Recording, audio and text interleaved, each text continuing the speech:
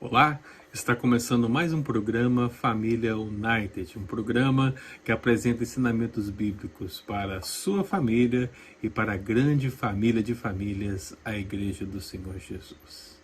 Fique conosco, porque Deus certamente trará uma palavra ao seu coração e muito nos abençoará.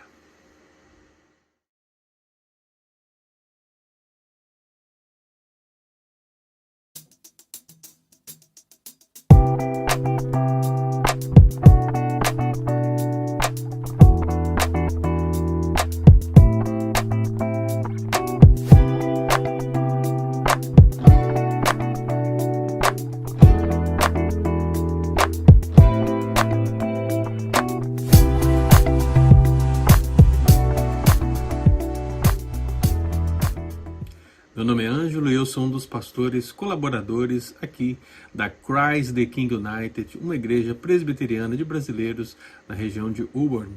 E nós estamos aqui reunindo, meio a essa pandemia, com algumas dificuldades, mas nos reunindo, seja presencialmente, seja virtualmente, a fim de compartilharmos o melhor de Deus, compartilharmos a palavra de Deus, vivermos a vida cristã em comunhão, o ser família, o ser a grande família de Cristo a cada dia. E você que está aqui conosco nesse dia, você que está acompanhando os programas da nossa igreja durante a semana, você é nosso convidado para estar conosco ali na nossa igreja às 6 horas da tarde no domingo. Entre em contato com a secretaria da igreja, procure os contatos nas redes sociais, basta pesquisar CTK Friends no Facebook, no Instagram, e você vai encontrar ali todas as informações necessárias para que você possa estar conosco. É claro que vai ser um prazer recebê-lo no nosso meio. Relembramos também aos amados que todo o conteúdo da nossa igreja, todo o conteúdo bíblico que nossa igreja tem produzido, está acessível para os amados irmãos nas redes sociais da igreja e também nos podcasts que podem ser encontrados tanto no Spotify como no Apple Podcasts e em muitas outras plataformas. Basta pesquisar CTK Friends e ali você vai encontrar um vasto conteúdo. Vai encontrar as aulas de escola dominical, vai encontrar o conteúdo dos programas semanais, vai encontrar as pregações que são feitas na igreja, vai encontrar certamente a palavra de Deus.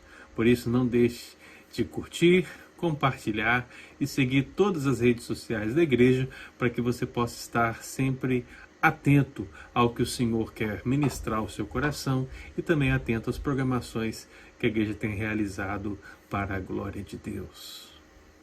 Amados irmãos, após meditarmos sobre aquelas passagens que envolviam a família de Jesus, a partir de hoje nós iniciaremos uma nova etapa, uma nova série de devocionais, uma nova série de meditações na palavra de Deus. E vamos começar naquela que é a única passagem que menciona a cidade de Naim.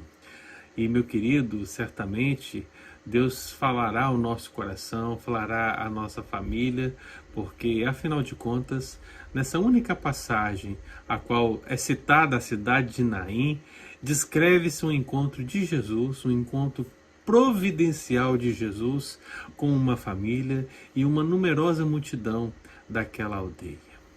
Por isso, meu querido, esteja conosco todas as quartas-feiras, porque certamente teremos aqui alguns bons programas para meditarmos em tudo aquilo que o Senhor tem para falar ao nosso coração nesse encontro entre Jesus e essa família de Naim. E é assim que o texto se inicia, diz o texto bíblico, em dia subsequente. O texto que nós vamos meditar é Lucas capítulo 7. E, meu amado, o versículo 11 ao versículo 17 é o todo que iremos meditar. Mas esse bloco ele começa justamente assim, em dia subsequente. É claro que essa expressão ela vai nos levar justamente a pensarmos no contexto do que está acontecendo aqui, e logo os versículos anteriores, ao serem lidos, nós vamos perceber que Jesus está fazendo uma obra de fato maravilhosa, porque os versículos anteriores vão descrever a cura do servo do centurião que estava à beira da morte.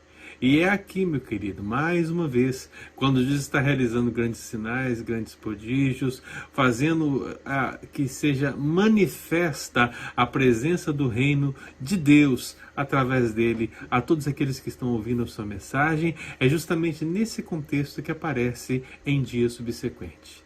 Quer dizer, meu querido, que depois de tudo que aconteceu no entorno dessa cura do servo do centurião, um dia após, um dia subsequente, lá estava Jesus em uma outra cidade, na cidade de Naim, a fim de continuar sua missão.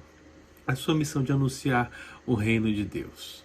Portanto, meu amado, seja no contexto próximo, seja no contexto maior, seja no contexto de todo o ministério de Jesus, o que nós podemos perceber sempre é que Jesus caminhava de aldeia em aldeia, de cidade em cidade, anunciando a palavra de Deus, curando os enfermos, curando pessoas, trabalhando na vida das pessoas. E, meu querido, no meio de tudo isso, mudando a história de muitas famílias.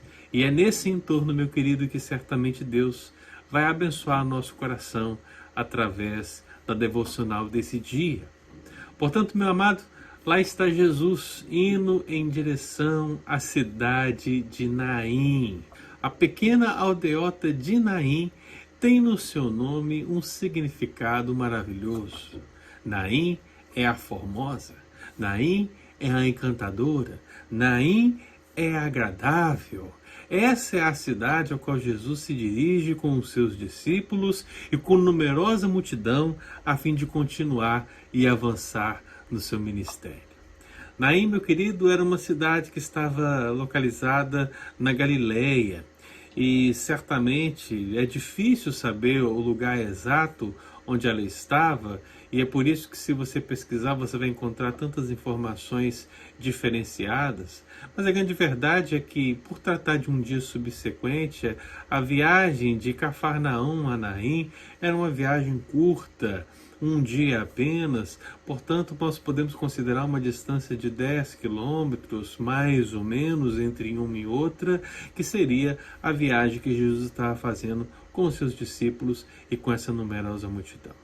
E o que eu quero que você observe, meu querido, é que, apesar dessa cidade ser mencionada uma única vez aqui na palavra de Deus, a história que está envolta no contexto dela é linda, é maravilhosa, é encantadora, é graciosa, é gloriosa e é aquela que vai, em nome de Jesus, impactar o nosso coração, impactar a nossa família para o louvor da glória do Senhor.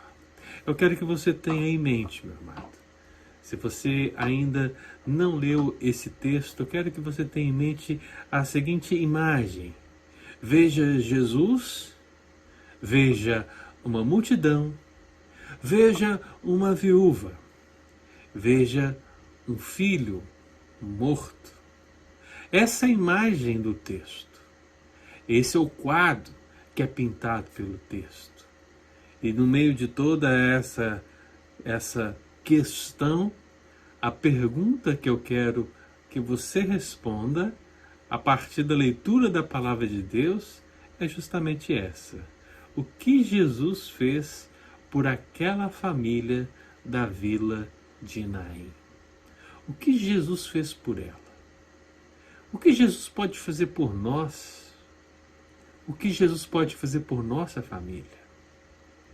Se você abrir sua Bíblia em Lucas capítulo 7, versículo 11 e 12, que é, meu amado, o início da resposta para essa pergunta, a palavra de Deus vai dizer: em dia subsequente, dirigia-se Jesus a uma cidade chamada Naim, e iam com ele os seus discípulos e numerosa multidão.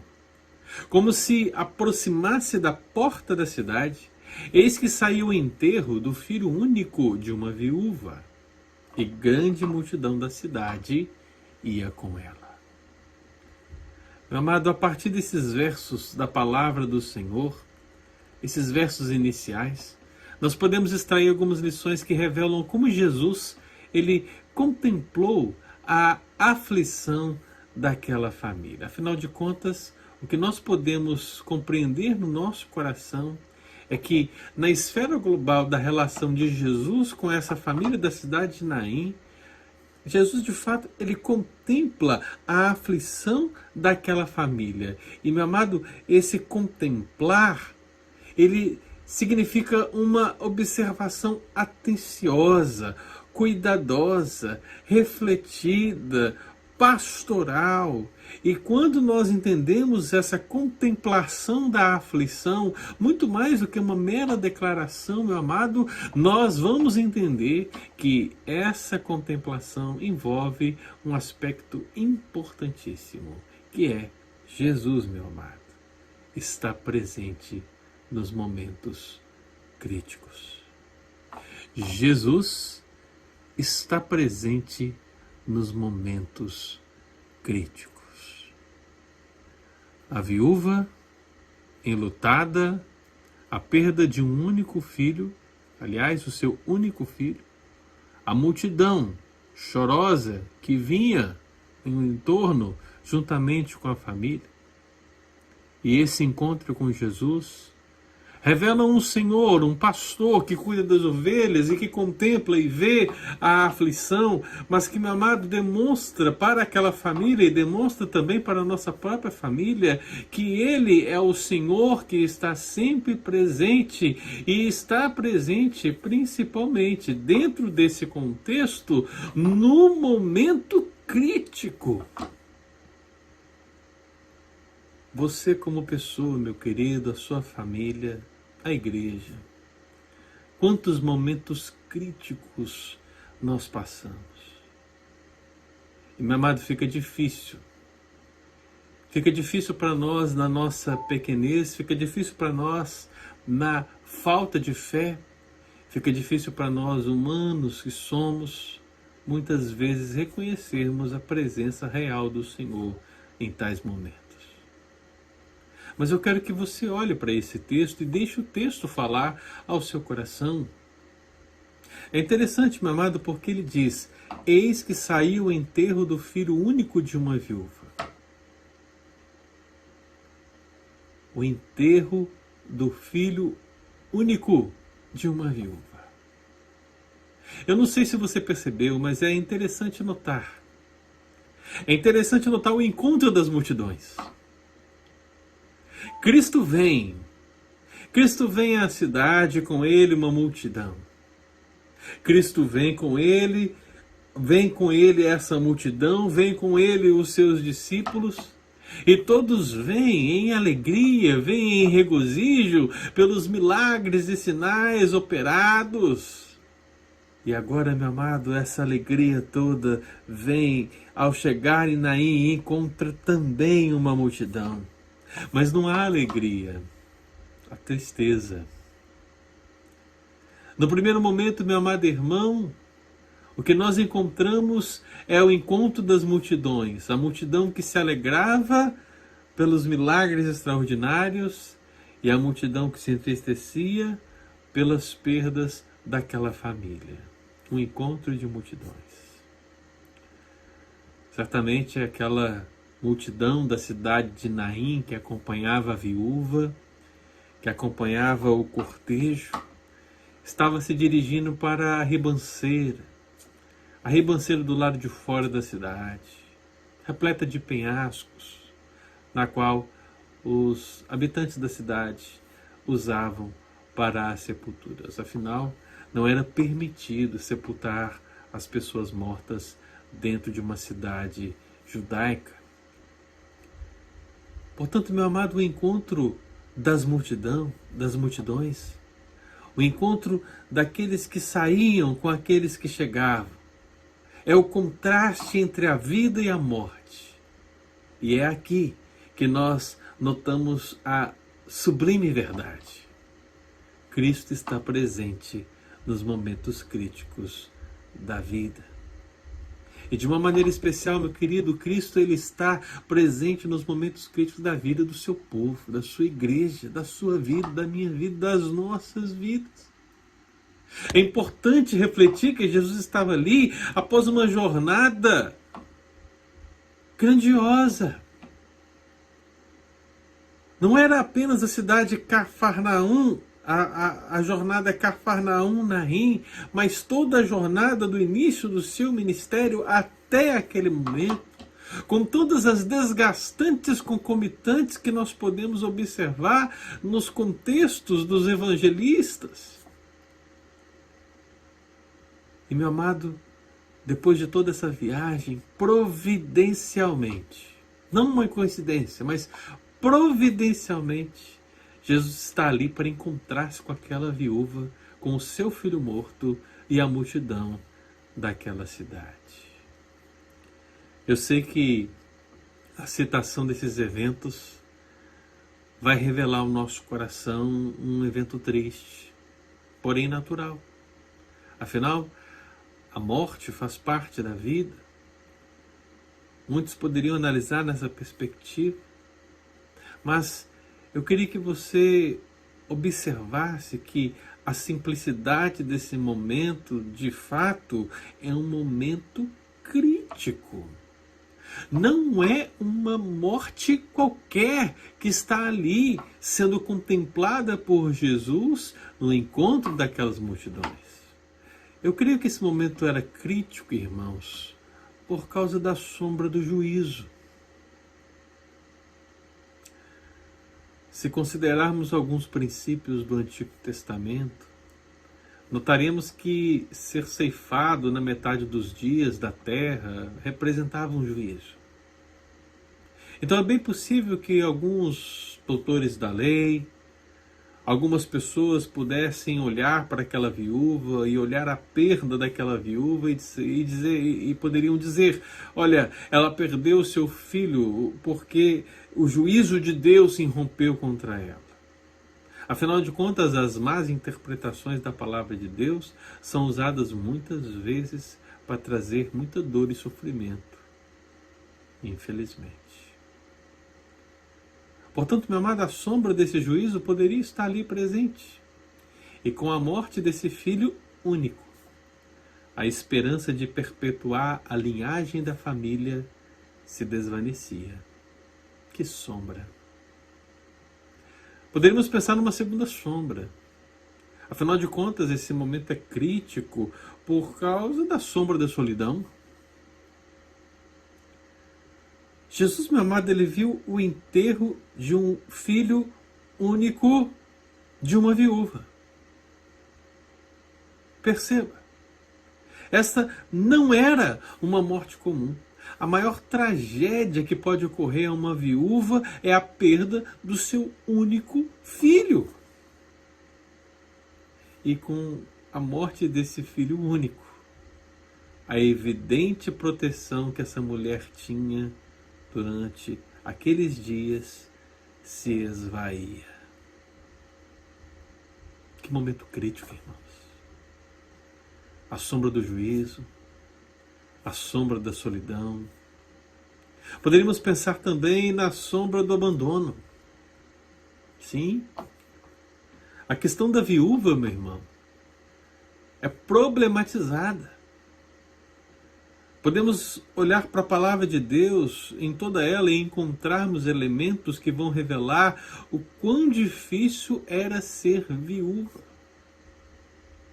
Portanto, essa questão ela é problematizada, pois é bem possível que aquele filho sustentasse a sua mãe. A probabilidade disso é muito grande. No contexto bíblico, meus amados, nós vemos que as viúvas dependiam da compaixão das pessoas, porque, via de regra, estavam sem arrimo, estavam sem ajuda, careciam da bondade das pessoas. Portanto, meu amado, perder o único filho significaria, em uma questão social, abandono. Com a morte desse filho, a última fonte de sustento se perdia. Portanto, meu amado irmão, famílias do Senhor, igreja, entendam isso. Cristo sempre contempla quaisquer aflições, quaisquer aflições, Cristo sempre contemplará. E, meu amado, a sua presença é real, não apenas nos momentos de alegria, mas principalmente nos momentos mais críticos e desafiantes para a nossa fé. É preciso vencermos a tentação de imaginarmos que Deus nos abandonou, de imaginarmos que Deus não está presente, de imaginarmos que Jesus não se faz presente nos momentos críticos. Se você vive um momento crítico, meu amado irmão, se por algum motivo você está aflito, saiba disso. Cristo contempla a sua aflição. Ele está presente nos momentos críticos. Foi o que nós podemos perceber. É o que nós podemos perceber no texto bíblico, no encontro da família de Jesus, no encontro de Jesus com a família na cidade de Naim. E eu não tenho, meu amado irmão, motivo algum para desconsiderar que é igualmente verdade que Jesus contempla a aflição da sua família e que Jesus está presente nos momentos críticos que a sua família está passando ou irá passar. Assim, meu amado, o grande desafio que nós precisamos estabelecer é que, seja como forem as nossas lutas, as nossas perdas ou as sombras, como a do juízo, a da solidão e a do abandono que eu mencionei no programa de hoje, quaisquer outras sombras, a verdade é que Jesus se faz presente. Confie nele, entregue tudo a ele, apresente a sua vida, a sua família, a sua igreja em oração. Mas, meu amado irmão, jamais ceda à tentação de que Jesus não sabe, de que Jesus não está, de que Jesus não conhece. Não. Meu amado irmão, Jesus contempla a aflição de cada um de nós, da nossa família. Jesus está presente nos momentos mais críticos, sejam eles quais forem. Por isso eu convido você a fechar os seus olhos e a orar por um momento e a pedir que Jesus, de fato, possa se manifestar na sua vida, na sua família, na sua igreja, em nome de Jesus. Vamos orar.